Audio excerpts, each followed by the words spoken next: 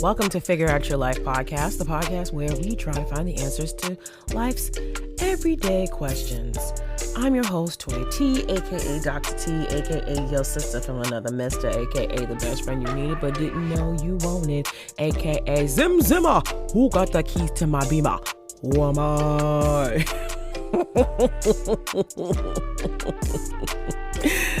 Oh man, let me stop playing. Welcome back, everybody. Happy to be back. I know there was a bit of a hiatus, but again, we're in a pandemic. I'm trying. We consistent, but we not consistent.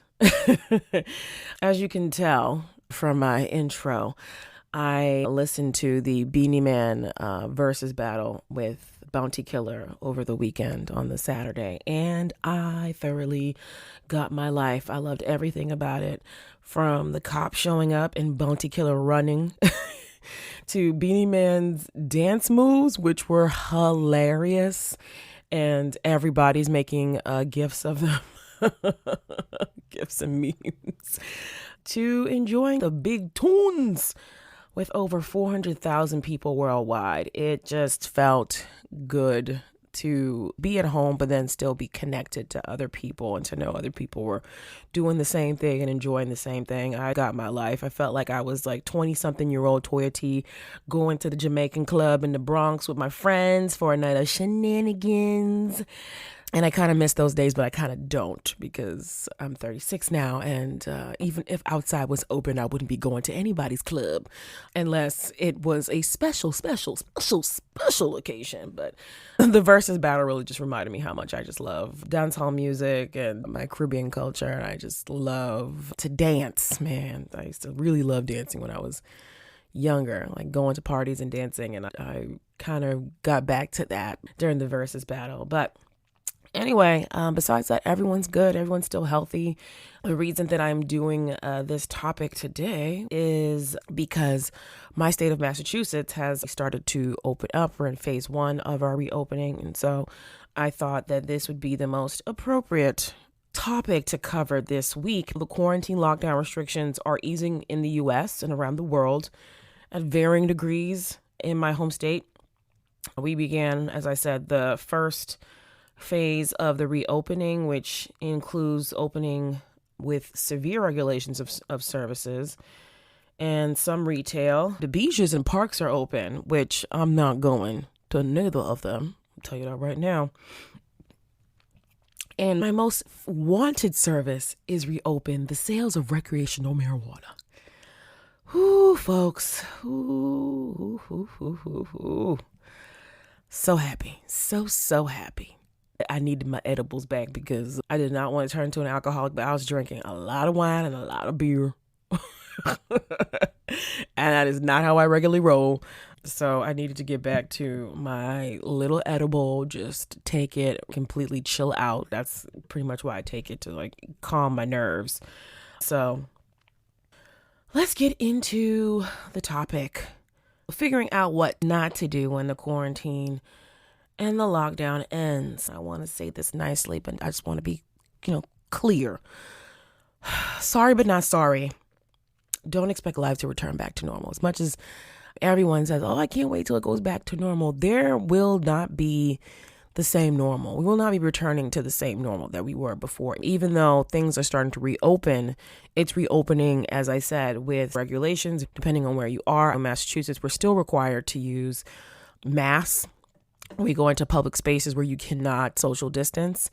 For these businesses, they have to make sure that they clean thoroughly, have only a certain amount of people in their establishments at a time, and people will have to wait in their cars or wait 6 feet apart outside before they enter into a place that has too many people in it. And so we're not going to be returning to the normal. I think it's important that we remember, even as some restrictions loosen, the warning remains clear that if cases resurge, the lockdown will return.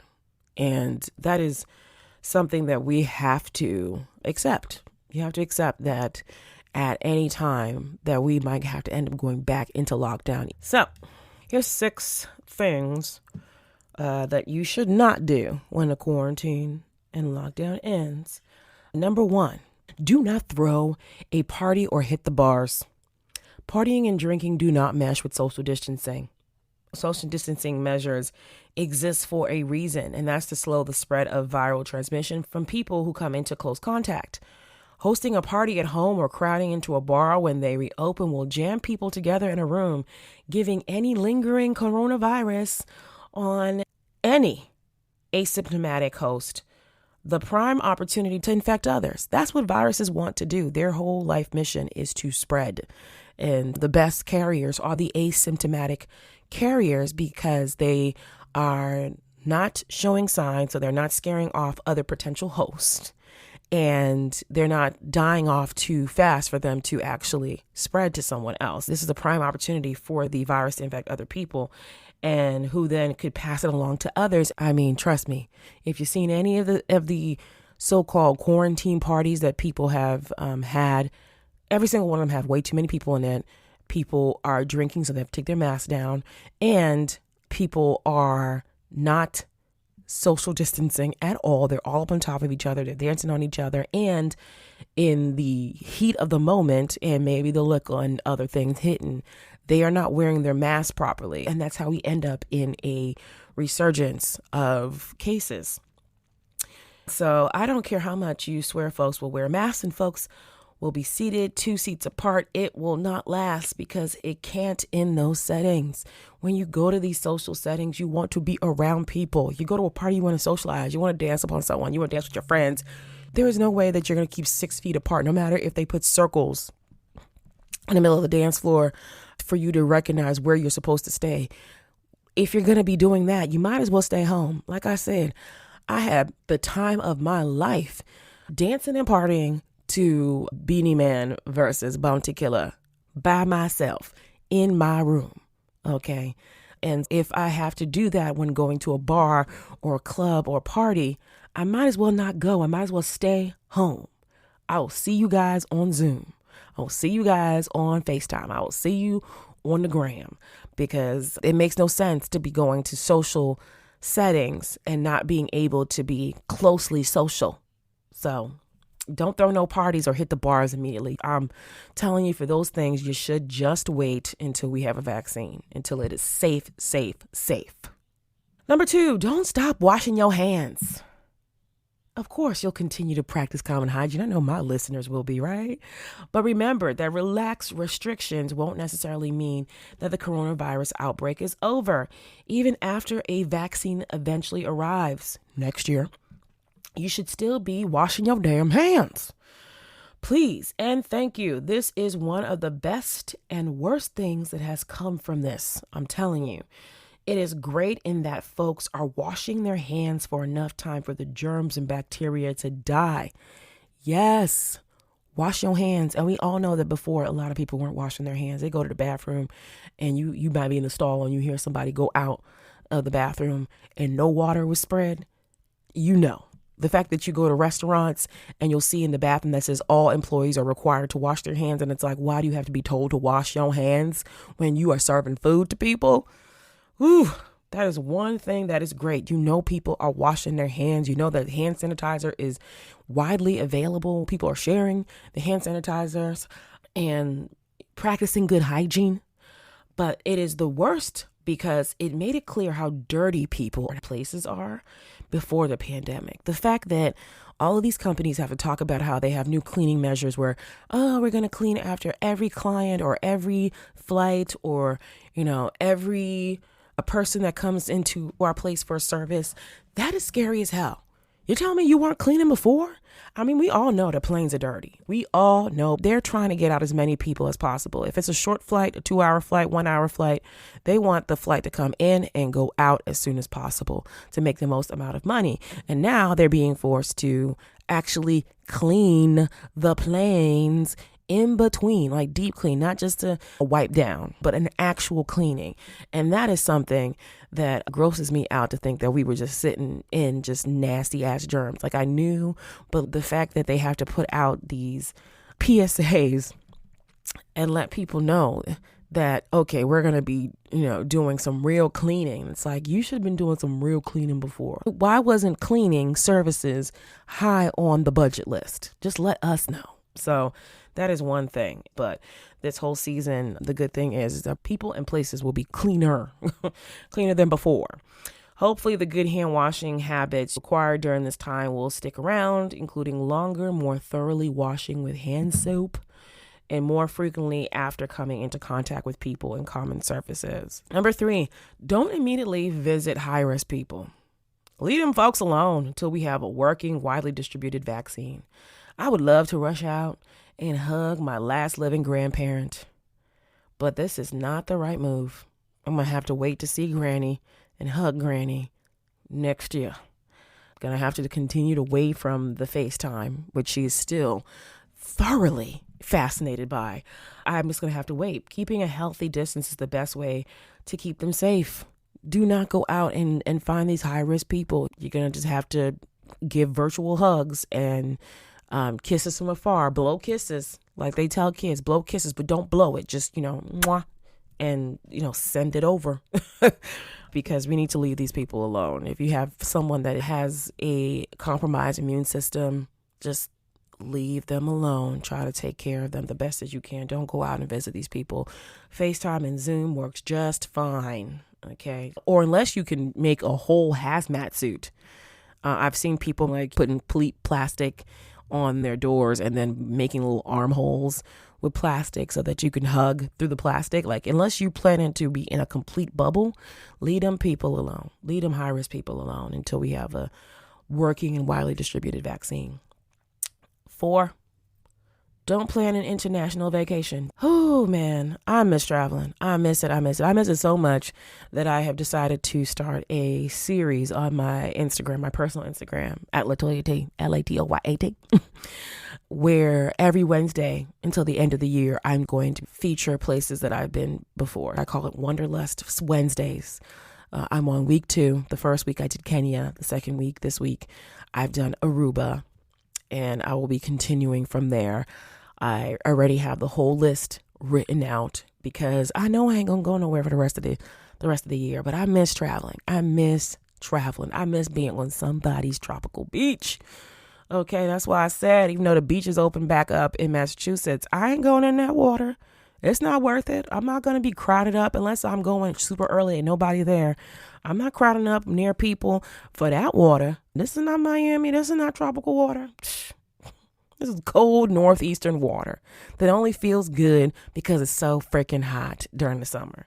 But I do miss my vacations, and I have a growing list of every place in the world I plan to visit once the pandemic ends. That includes Australia, Machu Picchu in Peru, Fiji, Zanzibar, Cape Town, South Africa, Belize, and the Maldives. And the list, it just grows every single day as I'm scrolling through Instagram and looking at things like, ooh, that looks nice. I might need to bookmark that. But while the hotel and airfare prices are enticingly cheap for the summer and the fall travel, this week I saw on my favorite site, Secret Flying, that there is a special Boston to Nairobi, Kenya for only $595 round trip, August to February dates. I'm like, damn, this is very enticing because when I went to Kenya, I flew from New Jersey because it was so much cheaper. I took the bus into New York and flew from Newark Airport. And it was definitely a good $1,000-something that I paid for that ticket. So that is half of the price to leave from my home airport to go to Nairobi, Kenya, which I just revisited virtually last week on my Instagram. I would love to, but it ain't gonna happen. Not going to happen. Sorry. It is still best to avoid airports and airplanes because it is nearly impossible to maintain social distancing in these places. It is really hard. Maybe in the airport, you can kind of stand across from people, like spread out, but still you have to wait in line. And even if they put you 6 feet apart, you're still getting all together on a plane where, okay, now they're trying to enforce the whole, you can't sit next to people, which is great for me because I hate sitting next to people unless I know you. It's still not possible to remain socially distancing. So it's best to just avoid those places because the international movement of people contributed to the coronavirus reaching pandemic levels through person-to-person transmission like coughing and sneezing. If cases were to resurge, the last thing you want to do is to be quarantined indefinitely in a foreign country. So yes, I would love to go to Nairobi. Okay, I would love to go to Nairobi in August for $595 round trip.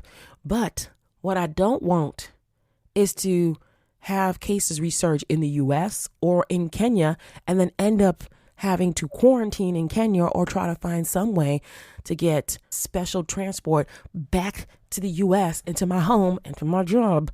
So that is just it's not appealing. Unless you are able to work remotely and you have family in those places, I say you leave it alone. Leave it alone because you don't want to have to take on the expense of having to quarantine indefinitely someplace that you're not familiar with.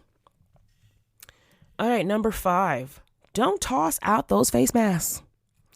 Right now, we are still expected to retain some cautionary measures in public stores, and now salons and public areas require wearing a mask and keeping 6 feet apart. As much as these anti-maskers are trying to equate masks to animal muzzles and to being against their constitutional rights, masks will be a part of our future if we don't get on top of this pandemic. So we're still going to need those masks. Don't throw them out. Number 6, don't get too comfortable. This is the last one. Don't get too comfortable. You know, we can't predict for certain what will happen next. If cases resurge and it make it necessary to go back into lockdown, or if a new strain will emerge, and that is actually realistic because viruses, their whole point is to spread, and they will mutate to continue to spread, to continue to survive. So if the time comes, the best thing to do is to remain calm. Lean into the pivot. I know I've seen a lot of people using the word pivot. And if you watched Friends, the show Friends, every time I hear the word pivot, I think of Ross when Joey and Chandler were trying to carry a couch that they bought into their apartment, and Ross was not helping. All he was doing was directing them, and he kept saying, pivot, pivot, pivot. So that's what comes into my mind. Everyone's been using that key term of pivot. And yes, you're going to have to lean into the pivot. Keep your mask, keep your distance, keep washing your hands with soap and water, and keep close to home. Have an exit plan or two. Because if you stay ready, you don't have to get ready. So pivot is the new plan. We're going to have to all learn how to pivot, shift gears, go on to plan B or plan C. Pivoting does not mean giving up. The literal definition is to turn or twist. In this context, it simply means changing slightly. If you have these plans, don't get too comfortable. The way that we're going to have to do this is to create a new goal to complement our original one. Maybe instead of starting a business, your goal is to focus on your mental health right now and your business later. Keep your goals in mind, keep your future in mind, but also be willing to change your plan at any time. If you are looking for a new job, you may have to pivot to help you through this times, because even though there's a lot of people that are unemployed, there's still tons of jobs out there, especially for the new graduates, the 2020 graduates. They're saying that their job prospects, the job market for them is looking pretty bad. Like it's the worst since, I guess, the Depression in the 1920s. And I've seen a lot of other things saying that there are still jobs out there. There are jobs. You're just going to have to pivot. You're just going to have to pivot. I mean, even my own brother, who was working at the movie theater, decided to go get a job at one of the grocery stores. That's a pivot. So even during this time, you can get yourself a job. You just have to change your original plans. You're going to have to just look at alternatives and think of it as a temporary situation until you can find the job of your dreams. And so if you're like me and you're still adamant about making 2020 your year, pivoting is really our only option in making sure that happens. I am pivoting and you need to pivot too. And with that, I am done with this section. Hope you found that useful. And I'm going to move on to the next section, which is figure this out. So here we go. Why are non-racist white people worse than openly racist white people? Now, if you live in America, you know exactly what I mean. For example, Amy Cooper, a.k.a. Central Park Karen, and how she tried to get the black bird watcher, Christian Cooper, killed by the cops.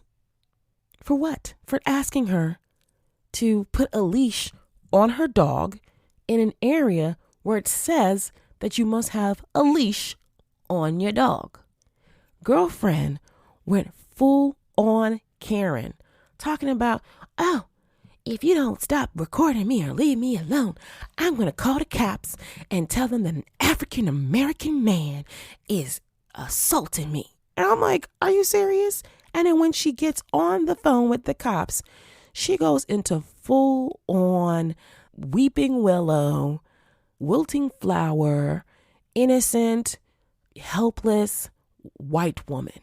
You would have thought that she was running from Jason and twisted her ankle the way she was carrying on, like, oh my gosh, this African American man, which she knew what she was doing. She was trying to trigger. She was using signifying words. So instead of saying a man is trying to assault me, right, which the police will probably come up with caution, but still, since she's able to actually make the phone call, would probably still come in not guns a-blazing, not tons of officers, and not looking to use deadly force. But by saying African American man, she was trying to signify to them, please come with guns drawn, highly dangerous. This is not someone that you should treat with humanity. Please, if you do see him, approach with guns cocked and ready. And if he makes any move, shoot him. That is what she was signifying to the cops. She was literally doing the equivalent of swatting. And if you don't know what swatting is, right, which is quite common among just knuckleheads, swatting is a unique kind of false report.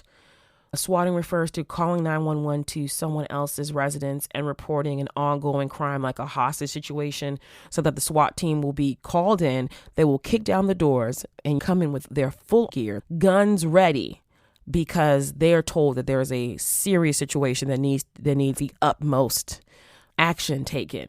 And this is, for me, the same thing as swatting. And I feel like it should be punished like swatting. I don't understand why it's not punished like swatting.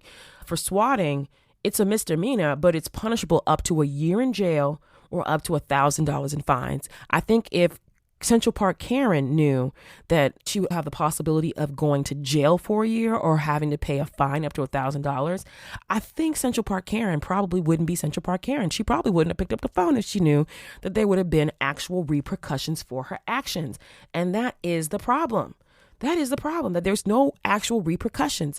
I don't understand why they're not punishing these false police reports with actual fines and jail time, because they would get less of these reports. They would have less of their resources being wasted on something that is nothing, that is just in the imagination of some person who think that they're not racist, but they are definitely engaging in racist behavior. I mean, come on.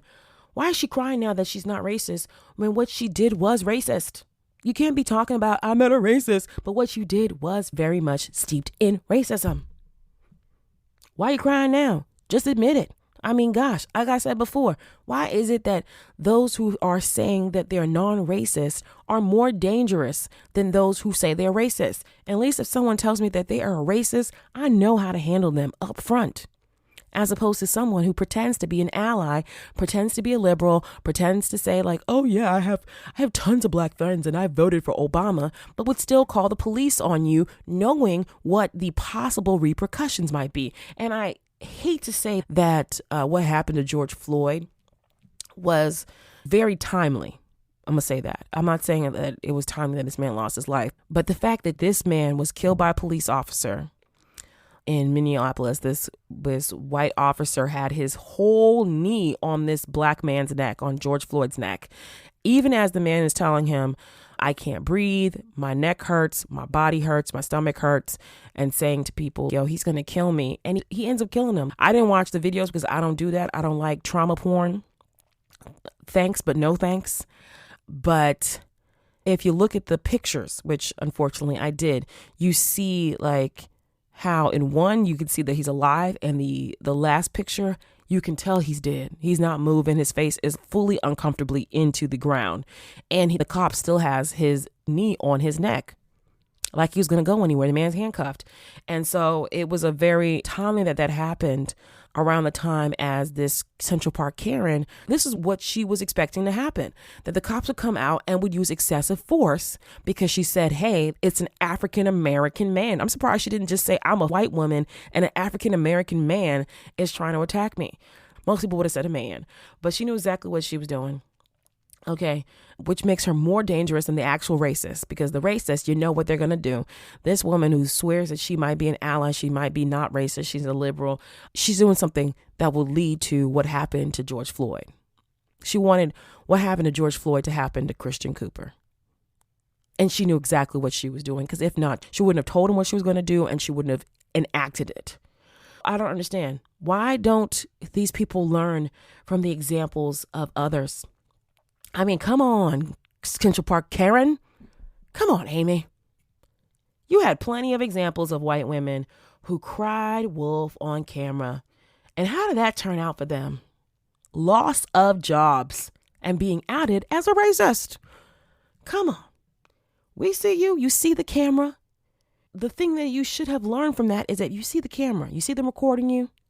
You cover your face and you walk away, because it's not going to end well for you. You didn't learn from Barbecue Becky, who started off the whole trend, or Sidewalk Susan, when they decided that they were going to call the police on black people who were just barbecuing in a park, minding their business, or who wanted to call the police on a little black girl that was trying to sell lemonade on the sidewalk so that she could afford to go to Disneyland. You didn't learn from these folks. You didn't learn on how Black Twitter came for them asses. How they found their whole information and bombarded their employers until they got rid of those people, got rid of their nice, cushy jobs. Every single one of these people are, on the surface, intelligent, okay? They're professionals. These aren't like random people that are like a cashier at Walmart. These are people with actual professional executive jobs that are making good money, okay? And are losing these jobs because of their racist actions that were caught on camera, that they continued to do on camera, that got spread around through social media and then eventually onto the news. And so it's not worth it. You think that you would have learned from them, but no. You want to be Central Park Karen. You want to be famous. I'm just not understanding. Like, I don't understand why these women are complaining about like this whole new topic about, oh, don't call me a Karen. It's like the N-word. No, it's not. No, it's not. Karen is a name, okay? Karen is a name, but we're using the name to describe your actions, where you weaponize your whiteness.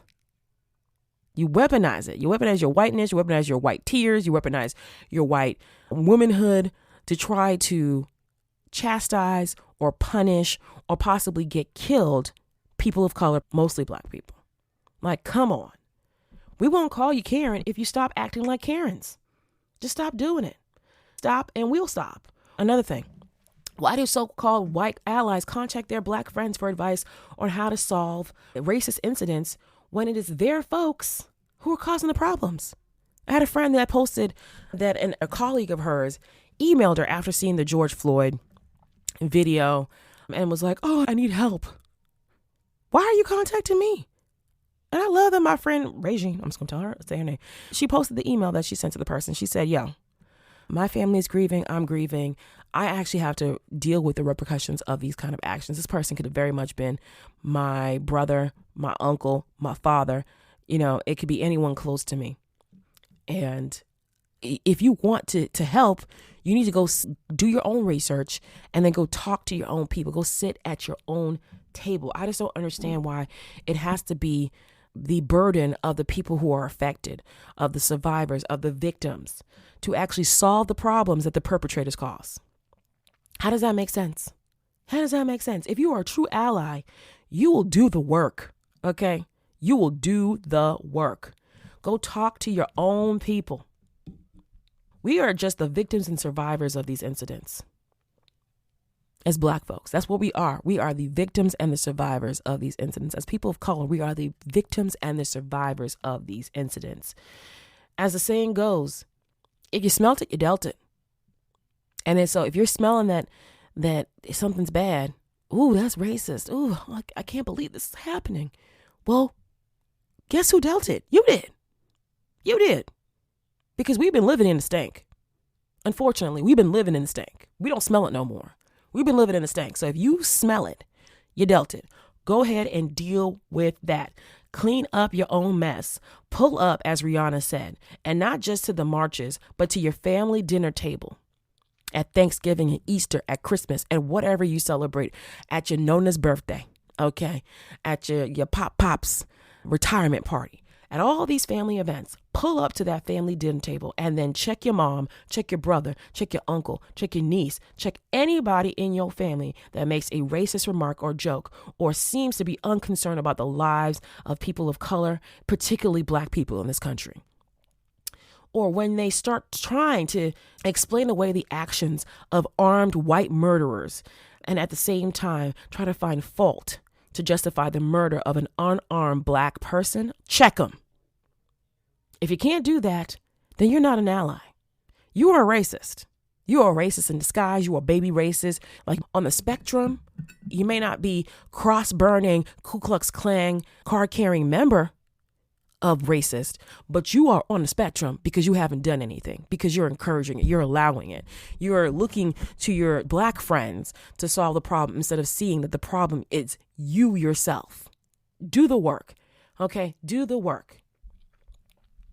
Because if you can't sit down and admit what you are, what the hell? What the hell? I know this is went on pretty freaking long, but I'm just so freaking tired of all of this. So if you can explain to me, why is it that allies that don't do anything, that don't do the work, people who consider themselves liberals, white liberals and non-racist, why are they worse than openly racist people? Let me know, okay? If you can figure it out, let me know, because I don't. I tried, but I just can't put it together. I put it out here for y'all to figure out for me so that I can release it, woosah, and move on. And with that, I am done with this episode. All right, guys, thank you again for checking in. If you enjoyed this episode, please go ahead and subscribe to wherever you're listening to this if you have not done so already. Also, rate and review this podcast wherever you're listening to it.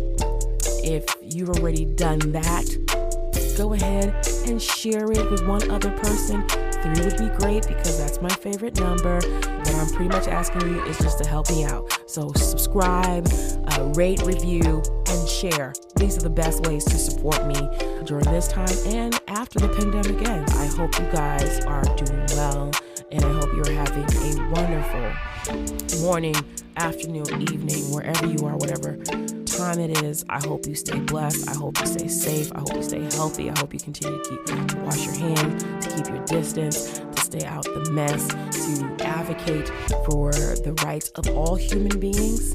And that's it. I hope that you are able to do all these things, and I will talk to you guys next week. All right. Bye.